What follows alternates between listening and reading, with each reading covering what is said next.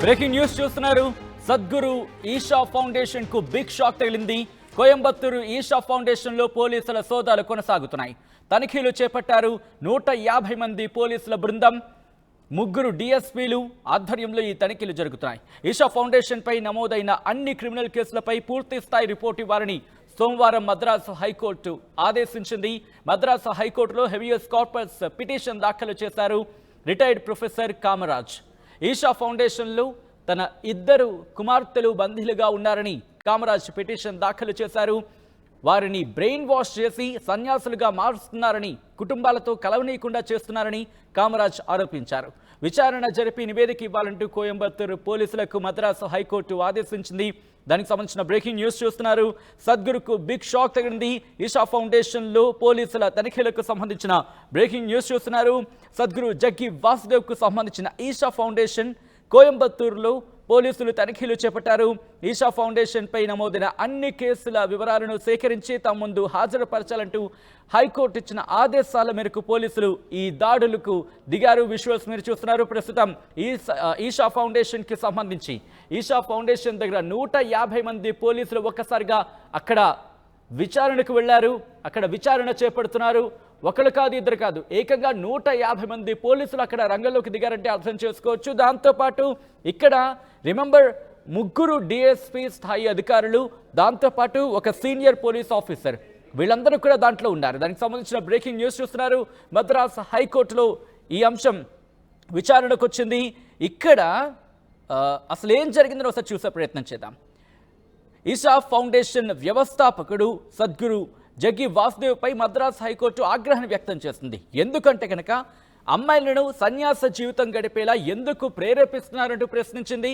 దాంతోపాటు ఇక్కడ తన కూతుళ్ళు 2కి పెళ్లి చేసి ఇతర యువతులను సన్యాస మార్గంలో నడుచుకోవాలంటూ ఎంకరేజ్ చేయడంలో ఉద్దేశం ఏంటంటూ క్లారిటీ ఇవ్వాలంటూ కూడా ఆదేశించడం ఇక్కడ కొసమేరు పనే చెప్పుకోవాలి. అవును, తన 2 కూతుర్లకు సంబంధించి పెళ్లి చేసి ఒక వెల్ సెటిల్డ్ ఫ్యామిలీకి ఇచ్చి పెళ్లి చేసిన సద్గురు వాసుదేవ్, జగ్గి వాసుదేవ్ ఇప్పుడు మిగతా అమ్మాయిలకు సంబంధించి సన్యాసం ఎందుకు పుచ్చుకోమంటున్నారు, ఎందుకు సన్యాస మార్గంలో నడుచుకోవాలంటున్నారంటూ కూడా ఇక్కడ క్లారిటీ ఇవ్వాలంటూ కోర్టు ఆదేశించింది.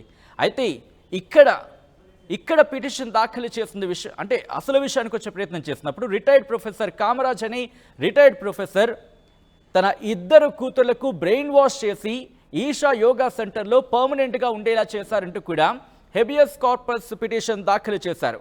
దీంతో జస్టిస్ ఎస్ఎం సుబ్రహ్మణ్యం వి శివజ్ఞానంతో కూడిన ధర్మాసనం ఈ కేసును విచారిస్తోంది. కోయంబత్తూరులోని Tamil Nadu agriculture university retired professor S Kamaraj Jaggi వాసుదేవ్పై case వేశారు. తన కూతురులిద్దరు కూడా, వీళ్ళిద్దరు కూడా 42, ఒకరికి 39 ఏళ్ళు, ఇంకొకరికి 42 ఏళ్ళు ఉన్నాయి. వీళ్ళిద్దరినీ కూడా జగ్గి మాయమాటలతో పెళ్లి చేసుకోకుండా చేశారంటూ కోర్టును ఆశ్రయించారు సదరు తండ్రి. కూతురులు వదిలి వెళ్ళడం వల్ల తన జీవితం దుర్భరమైందంటూ కూడా ఆ పేరెంట్స్ కోర్టు ముందు తమ గోడును వెడబూసుకున్నారు. ఈ నేపథ్యంలో కోర్టు కొన్ని ప్రశ్నలను సంధించింది. కామరాజు కూతురును కోర్టు కూడా ప్రశ్నించింది. అయితే ఇక్కడ వాళ్ళేమంటున్నారంటే కనుక తమ ఇష్ట ప్రకారమే ఈషా ఫౌండేషన్లో ఉంటామంటే వాళ్ళు చెప్పుకొచ్చారు. ఎవరూ తమను బంధించలేదంటున్నారు. దీంతో ఈ కేసుని మరింత డీప్గా ఇన్వెస్టిగేషన్ చేయాలంటూ కూడా కోర్టు పేర్కొంది.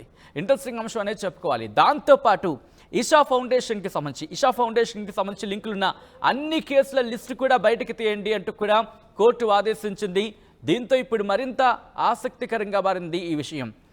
పోలీసులు రంగంలోకి దిగారు. రంగంలోకి దిగి అక్కడ పరిస్థితిని సమీక్షిస్తున్నారు. వాళ్ళని అడుగుతున్నారు, మాట్లాడుతున్నారు. అయితే ఇక్కడ ఈషా ఫౌండేషన్ కూడా రియాక్ట్ అయింది. వాళ్ళే ఉంటారు కనుక ఇది కేవలం విచారణ మాత్రమే అంటూ కూడా వాళ్ళు చెప్తున్నారు. ఇక్కడ ఉన్న వాళ్ళని వాలంటీర్ని వాళ్ళు మాట్లాడుతున్నారు, వాళ్ళతో మాట్లాడే సంభాషిస్తున్నారు, వాళ్ళ నుంచి ఇన్ఫర్మేషన్ తీసుకునే ప్రయత్నం చేస్తున్నారంటూ కూడా ఈషా ఫౌండేషన్ రిప్లై ఇచ్చినట్టుగా జాతీయ కథనాలు పేర్కొంటున్నాయి. సో ఇక్కడ ఏం జరగబోతుందనేది, ఎందుకంటే ఒక తండ్రి తన 2 కూతుర్లకు సంబంధించి ఇక్కడ కోర్టు కూడా ప్రశ్నించింది. జగ్గి వాసుదేవ్ తన 2 కుమార్తెలకు సంబంధించి వాళ్ళిద్దరు కుమార్తెలు వెల్ సెటిల్ పెళ్లి చేశారు.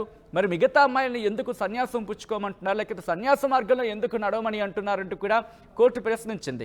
ఇక్కడ ఆ కూతుర్లను కూడా ప్రశ్నించింది కోర్టు. ప్రశ్నించినప్పుడు వాళ్ళు కూడా తమ మీద ఎవరి ఒత్తిడి లేదు, తమంతట తాము కానీ ఇక్కడ జాయిన్ అయ్యాం, ఇక్కడ ఉంటున్నామంటూ చెప్పిన తర్వాత తండ్రి పేర్కొన్న అంశాన్ని, తండ్రి ఏమంటున్నాడు కనుక ఇద్దరు కూతుర్లు వెళ్ళిపోయిన తర్వాత నా జీవితం దుర్భరం అయిపోయింది, మరి ముఖ్యంగా పెద్ద కుమార్తె ఇషా ఫౌండేషన్కి వెళ్ళకముందు, అంటే యోగా మార్గం కావచ్చు లేకపోతే సన్యాసి మార్గంలో నడిచే ముందు, అంటే బహుశా 2000 అనుకుంటా, ఇఫ్ ఐఎమ్ నాట్ రాంగ్, అక్కడ ఆయన ఏమంటున్నాడు కనుక అప్పుడు అంతవరకు బాగానే ఉండింది, అంతవరకు ఉద్యోగం చేస్తూ ఉండేది, విదేశాల్లో ఉండేది, విదేశాల్లో చదువుకుంది, మంచి ఉద్యోగం చేస్తూ ఉండేది. ఆ తర్వాత పెళ్లికి సంబంధించి 2008 డివోర్స్కి సంబంధించి కూడా ఆ తర్వాత ఇలా ఇషా ఫౌండేషన్కి వెళ్ళాం, ఆ తర్వాత మారిపోయిందంటూ కూడా చెప్పుకొచ్చారు.